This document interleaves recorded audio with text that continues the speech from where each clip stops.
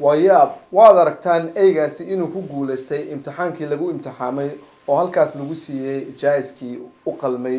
waxa uu sameeyay in lagu abaalmariyo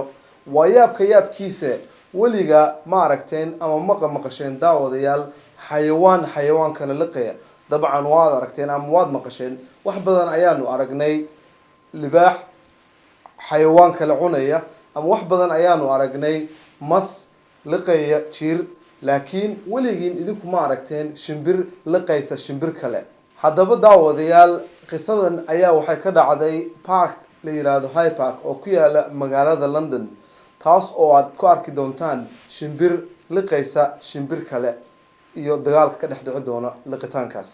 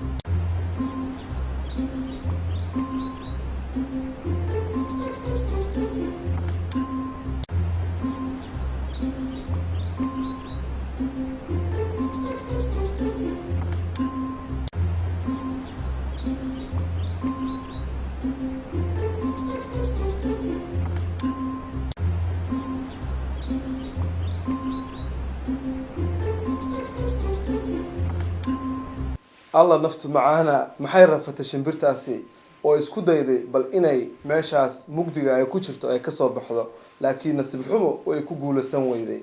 waad aragtaan meeshay ku dambeysay haddaba daawadayaal aan milicsano xaggaas iyo dhinacii daanyarada haddaba qisadan oo aan idin tusi doono ayaa waxay ka dhacday beer lagu xanaaneeyo daanyarada ama xayawaanka oo dhan daanyaradan aad arki doontaan daawadayaal wax badan ayaad aragteen runtii dad wax bililaqaysta laakiin daayaradani waxayba ku takhasuseenba inay bililaqaystaan baabuurkii meesha soo gala ama qofka yimaada daayaradan ayaa baabuur kastoo yimaada beertaas ay u bililaqaysanayeen aakhirkii waxay noqotay inay bililaqadii iyo berihii ay isu keeneen inay iyagu ka samaystaan baabuur ay iska leeyihiin bal daawadayaal arrintan mucjisada nala daawada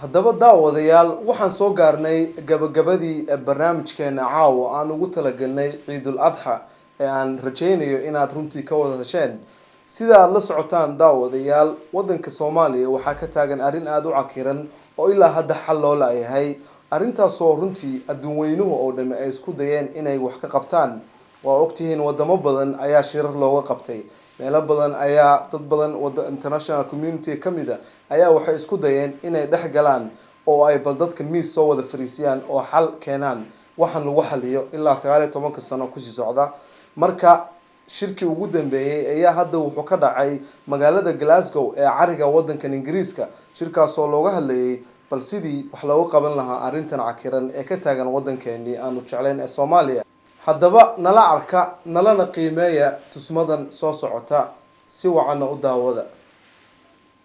warniyo dhibaatada Soomaaliya ku jirta maxay kula tahay adiga arsaa waragtaa dhibaatada waxaan ka hadlayaa ummadan qabiilka baabahaas kaga dhigtay ilaa 1990 oo hal maanta tan mooskani xataa qaatib la ugu taagnayno adisa waragtaa anigu waxay la tahay niyo ummadan hadda xoog wax looga qabo in waxba kala soconayno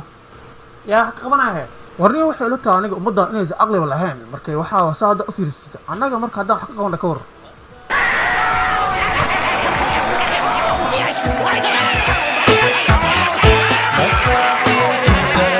معصيو أغمو آي ولا محسوين يدقون محسوين